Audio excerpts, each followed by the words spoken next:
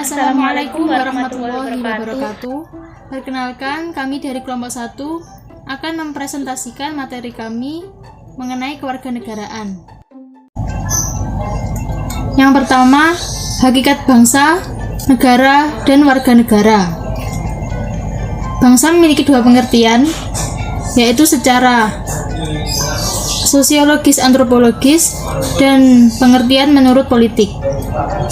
Pengertian menurut sosiologis antropologis, bangsa merupakan sekelompok masyarakat yang bersatu karena adanya kesamaan pada suku, ras, bahasa, agama, budaya, dan istiadat. Sedangkan menurut pengertian politik, bangsa merupakan sekelompok masyarakat di wilayah tertentu yang patuh kepada kedaulatan negaranya, baik kedaulatan ke dalam maupun keluar. Selanjutnya adalah negara. Negara secara bahasa merupakan terjemah dari bahasa asing, yaitu state dalam bahasa Inggris, Staat dalam bahasa Belanda dan Jerman, yang mana bahasa-bahasa asing tersebut merupakan serapan dari bahasa Latin, yaitu status atau statum, yang artinya keadaan yang tegak dan tetap atau sesuatu yang memiliki sifat-sifat yang tegak dan tetap.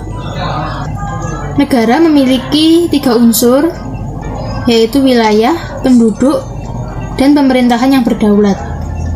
Wilayah merupakan tempat berdirinya suatu negara di muka bumi. Kemudian penduduk merupakan sekelompok orang yang menempati suatu negara. Dan pemerintahan yang berdaulat, yaitu pemerintahan yang memiliki kekuasaan terhadap wilayah maupun penduduknya.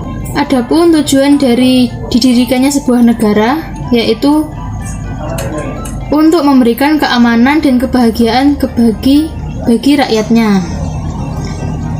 Selain itu, ada juga sifat negara. Sifat negara ada 3, yaitu sifat memaksa, yang tujuannya agar warga negara dapat mematuhi peraturan perundang-undangan yang berlaku. Kedua, sifat monopoli. Sifat ini merupakan sifat yang menunjukkan bahwa negara memiliki hak dan kewenangan yang hanya dimiliki oleh negara dan tidak boleh dimiliki oleh organisasi lainnya. Yang ketiga, sifat mencakup semua.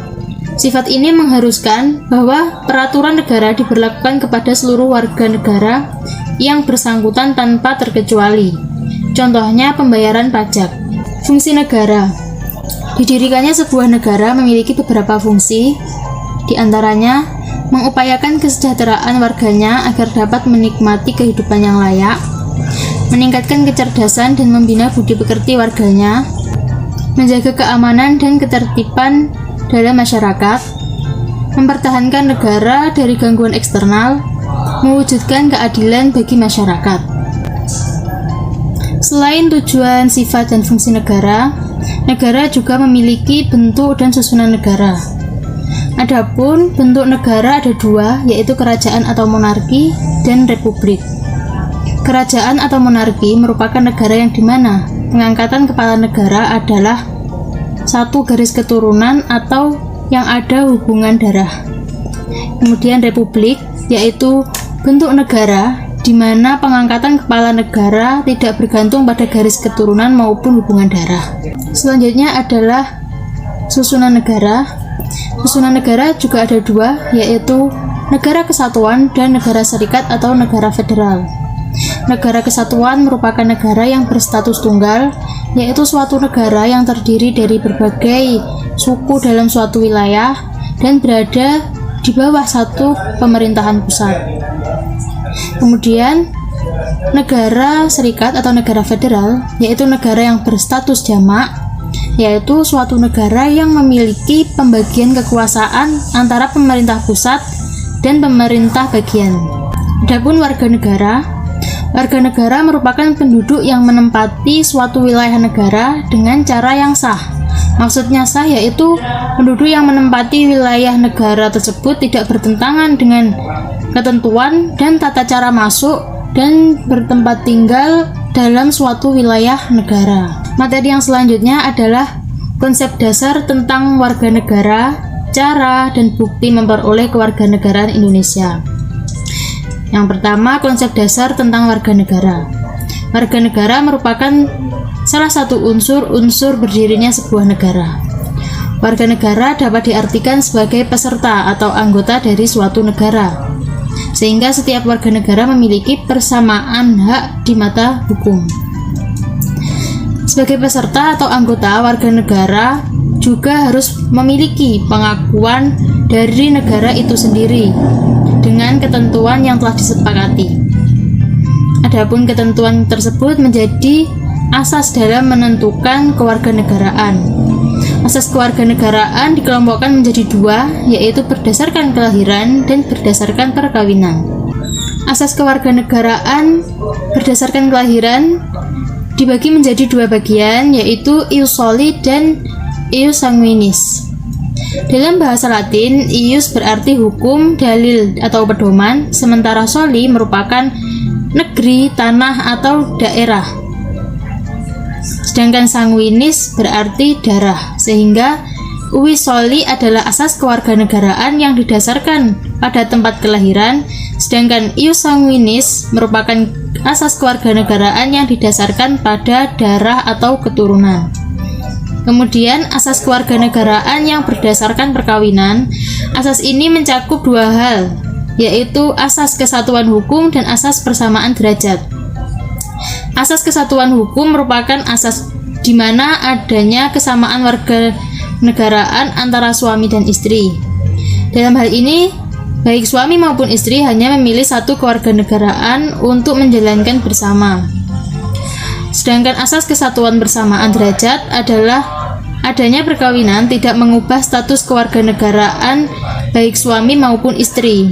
Mereka tetap menggunakan status kewarganegaraannya sama seperti mereka sebelum menikah. Kemudian, cara dan bukti memperoleh kewarganegaraan di Indonesia. Untuk mendapatkan status kewarganegaraan di Indonesia ada beberapa cara. Yang pertama dengan kelahiran, pengangkatan, perkawinan, kewarganegaraan, dikabulkannya permohonan turut ayah dan ibu, dan pernyataan. Adapun beberapa cara yang harus dibuktikan dengan surat resmi dari negara, diantaranya adalah kelahiran yang dibuktikan dengan akta kelahiran. Kemudian pengangkatan anak warga dari negara asing dengan dibuktikan dengan kutipan pernyataan sah buku catatan pengangkatan anak asing. Dikabulkannya permohonan dibuktikan dengan petikan keputusan presiden tentang permohonan tersebut dan pernyataan. Dibuktikan dengan surat pernyataan memperoleh atau kehilangan status kewarganegaraan Republik Indonesia. Materi yang ketiga mengenai hak dan kewajiban warga negara. Hak warga negara merupakan sesuatu yang melekat dalam diri manusia sejak proses terjadinya manusia yang wajib untuk dilindungi dan dihormati. Contohnya, hak hidup, hak beragama, dan hak untuk mengeluarkan pendapat. Adapun kewajiban warga negara yaitu segala sesuatu yang wajib untuk dilaksanakan oleh setiap warga negara, baik kewajiban terhadap Tuhannya, kewajiban kepada sesama manusia, dan kewajiban kepada negaranya. Contohnya, kewajiban kepada Tuhan dengan menjalankan ibadah, kewajiban kepada sesama manusia dengan menghormati hak-hak orang lain, kewajiban kepada negara contohnya dengan membayar pajak. Bab 4. Pemahaman hak dan kewajiban warga negara. Pengertian hak. A. Pengertian hak secara umum. Pengertian hak secara umum adalah segala sesuatu yang harus ditetapkan oleh setiap manusia yang telah ada sejak lahir. Dengan kata lain, hak adalah sesuatu yang harus dimiliki setiap manusia sejak lahir dan harus didapatkan juga terpenuhi setiap individu. Yang B. Pengertian hak menurut Kamus Besar Bahasa Indonesia. Dalam KBBI, hak memiliki pengertian tentang sesuatu hal yang benar, milik, kepunyaan, kewenangan, kekuasaan untuk berbuat sesuatu. kekuasaan yang benar atas sesuatu atau untuk menuntut sesuatu derajat atau martabat. Kemudian yang C, pengertian hak menurut para ahli. Pengertian hak juga dapat dipaparkan atau dijelaskan beberapa pendapat ahli. Menurut Sri Jati, hak merupakan normatif yang berfungsi pedoman, berperilaku, melindungi kebebasan, serta menjamin adanya peluang bagi manusia dalam menjaga harkat dan martabatnya. Yang kedua, pengertian kewajiban. A. Pengertian kewajiban secara umum. Secara umum, kewajiban adalah sesuatu yang harus dianggap sebagai keharusan untuk dilaksanakan oleh individu sebagai anggota warga negara guna mendapatkan hak yang pantas untuk didapat. Yang B. Pengertian kewajiban menurut KBBI. B. Pengertian kewajiban menurut Kamus Besar Bahasa Indonesia. Menurut Kamus Besar Bahasa Indonesia, pengertian kewajiban adalah sesuatu yang wajib dilaksanakan atau keharusan. C. Pengertian kewajiban menurut para ahli. Terdapat C. Pengertian kewajiban menurut para ahli. Terdapat penjabaran atau penjelasan menurut pendapat ahli terkait makna atau arti dari kewajiban. Menurut Noto Krono, kewajiban adalah beban untuk memberikan sesuatu yang semestinya diberikan atau dibayarkan oleh pihak tertentu dan tidak dapat tergantikan oleh pihak lain, yang pada prinsipnya dapat dituntut secara paksa oleh yang berkepentingan. 3. Macam-macam hak dan kewajiban. 1. Hak warga negara. Yang pertama, hak atas pekerjaan dan penghidupan yang layak. Yang kedua, hak untuk hidup dan mempertahankan kehidupan. Yang ketiga, hak untuk membentuk keluarga dan melanjutkan keturunan melalui perkawinan yang sah. Poin B, kewajiban warga negara. Yang pertama, wajib menaati hukum dan pemerintahan. Yang kedua, wajib ikut serta dalam upaya pembelaan negara. Yang ketiga, wajib menghormati hak asasi manusia orang lain. Kemudian poin 5. Poin 5 adalah hubungan warga negara dan negara. Unsur-unsur bangsa adalah rakyat, daerah, dan pemerintahan. Yang pertama, pengertian warga negara dan keluarga. Pertama, pengertian warga negara dan poin selanjutnya adalah hubungan warga negara dan negara. 1. Pengertian warga negara dan kewarganegaraan. A. Pengertian warga negara. A. Pengertian warga negara. Warga negara adalah orang-orang sebagai bagian dari penduduk yang menjadi unsur negara, yang mempunyai hubungan yang tidak terputus dengan tanah airnya. Yang B. Pengertian kewarganegaraan. Kewarganegaraan adalah segala hal yang berhubungan dengan negara. Pengertian kewarganegaraan dibagi menjadi dua, yaitu kewarganegaraan dalam arti yudisial dan kewarganegaraan dalam arti sosiologi. Yang kedua, kedudukan warga negara dalam negara. Hubungan adalah kedudukan warga negara ini bersifat khusus sebab untuk mereka yang negara tinggal. 2. Kedudukan warga negara dalam negara. Penentuan kewarganegaraan didasarkan pada sisi kelahiran yang dikenal dengan dua asas. Yang pertama, asas ius soli, dan yang kedua, asas ius sanguinis. Ius soli sendiri adalah asas yang menyatakan bahwa kewarganegaraan seseorang ditentukan dari tempat di mana orang tersebut dilahirkan. Sedangkan asas ius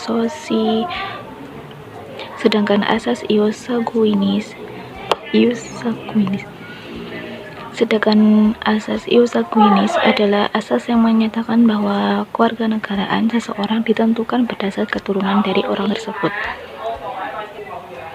Kemudian bab 6, persamaan kedudukan warga negara dalam berbagai bidang kehidupan. Yang pertama, bidang politik. Beberapa konsep implementasi nilai Pancasila dalam bidang politik dapat ditemukan sebagai berikut.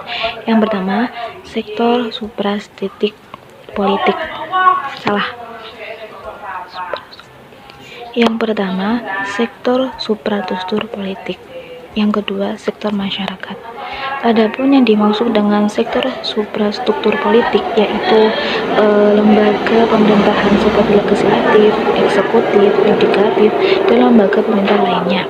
Sedang yang dimaksud dengan sektor masyarakat ialah masyarakat yang mempunyai kesadaran akan pentingnya harmoni dalam kontinum antara sadar terhadap hak asasi di satu sisi dan kesadaran terhadap kewajiban asasnya.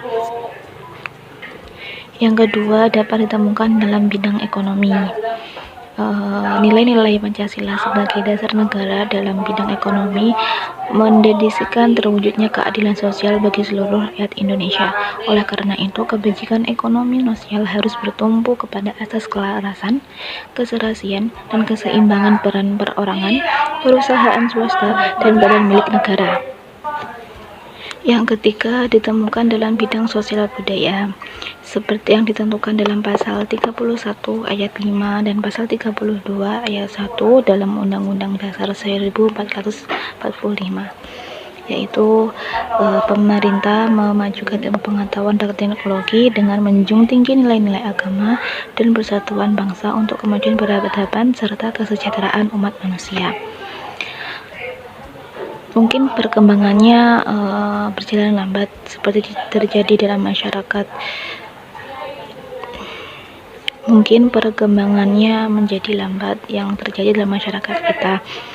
Namun interaksi yang berjalan dengan lambat juga dapat berjalan dengan cepat seiring berjalannya waktu. Selanjutnya dapat ditemukan dalam bidang Hankam. Hankam itu semacam pembelaan terhadap negara, seperti yang tercantum dalam pasal 30 ayat 1, 2, 3, 4 dan ayat 5 Undang-Undang Dasar 1445. Prinsip-prinsip yang merupakan nilai instrumental Pancasila dapat ditemukan dalam bidang pertahanan sebagai berikut: kedudukan warga negara dalam pertahanan dan keamanan. Selanjutnya, sistem pertahanan dan keamanan, tugas pokok TNI, dan tugas pokok Polri. Sekian presentasi dari saya. Wassalamualaikum warahmatullahi wabarakatuh. Sikap dan perilaku warga Indonesia awalnya bermulai dari nilai-nilai Pancasila. Nah, nilai-nilai dasar Pancasila itu ada 5. Yang pertama ketuhanan, yang kedua kemanusiaan, yang ketiga persatuan, yang keempat kerakyatan, yang kelima keadilan. Contoh-contoh nilai dasar yang terkandung dalam Pancasila. Yang pertama ketuhanan. Contoh nilai ketuhanan yaitu kita menghormati orang yang memeluk agama lain. Nah, yang kedua kemanusiaan. Contoh nilai kemanusiaan yaitu kita saling menghormati antara lain, baik orang tua kepada muda atau orang muda kepada yang lebih tua. Contoh nilai persatuan yaitu rela berkorban demi kepentingan bersama. Terus contoh kerakyatan yaitu bermusyawarah untuk mengambil keputusan. Terus keadilan banyak sekali, yang salah satunya adalah menghormati jeripayah orang lain. Pendidikan kewarganegaraan memperoleh dasar keadaan dalam Undang-Undang Pasal 3 Nomor 20 Tahun 2003 yang berbunyi. Nah, pendidikan kewarganegaraan mempunyai 3 domain. Yang pertama domain akademis, yang kedua domain kurikuler, yang ketiga domain kultural.